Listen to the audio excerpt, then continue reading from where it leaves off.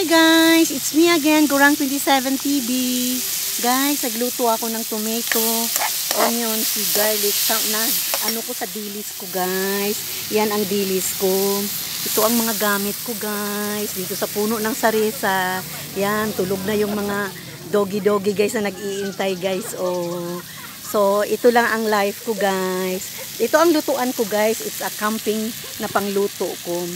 Kahit nasa lansangan ako guys, a homeless style, nagluluto pa rin ako guys for my food. Kasi ayokong bumili sa labas ng pagkain usually guys. Kaya, try mo muna natin makita niyo kung paano lutuin yung dilis guys ha. Wait lang guys. Yan guys. Luto na guys. Hala, nasunog na.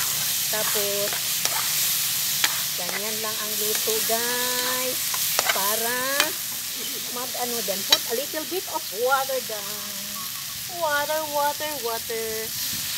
Para sa dilis guys.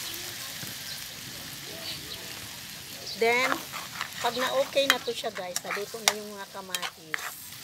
Ilagay na tong dilis natin. Yan ang ulam ko guys.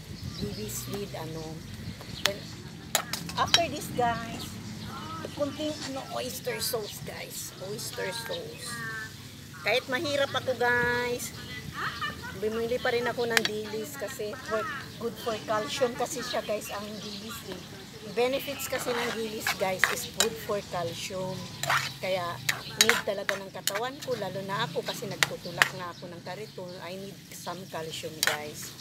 So, mamaya na. Nanghihingi na yung mga aso ko ng guys. Buti nga sila, nag-a-adjust na rin sila sa kariton eh.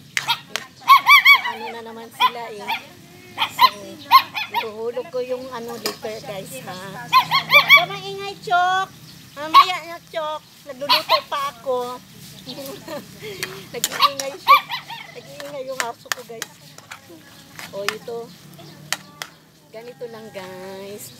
Then, pag na na siya, ganito guys pag nag-melt na yung tomato, ganyan na guys, ilalagay na yung dilis and black pepper pa pala guys. Kailangan ng black pepper konti para may naman siya, a little bit of black pepper guys. Ewan ko kung anong luto sa inyo guys, pero sa akin kasi guys, ito ang pagluto ko sa dilis. Hindi yung hindi na guys. hindi na ang dilis guys, hindi lang yung prito ang kaya okay, ganito lang guys. Then after this, put a little bit of vinegar. Tapos ito yung vinegar ko guys na with sili guys. Ito kasi minsan lang ako magmenu guys ha. Yan, little bit. Yan. Ganun lang guys. Girl Scout lang. Yan. Tapos ito na guys. Ito na ang ulam for tonight and bukas ng umaga ko to guys. Bali pang ko na to guys. Tingnan mo, diba guys? Yan ang ulam ko for today, for tonight. Then ang doggy ko guys, tingnan mo mga doggies guys nag-adapt na rin sila guys. Kaya naman nila kahit diba Jilay? Kaya nyo na Jilay no? Nag-a-adapt kayo no? Kaya na Chok? Kasi pahapon na guys. Yan ang puno. Pag guys, pag tanghali umaalis kami dito dahil hindi kayang init guys. Tsaka may nakatira kasi dito guys. Ang usapan lang, dito lang talaga kami. Hindi kami pwede dun sa lugar niya. Kaya ito lang guys.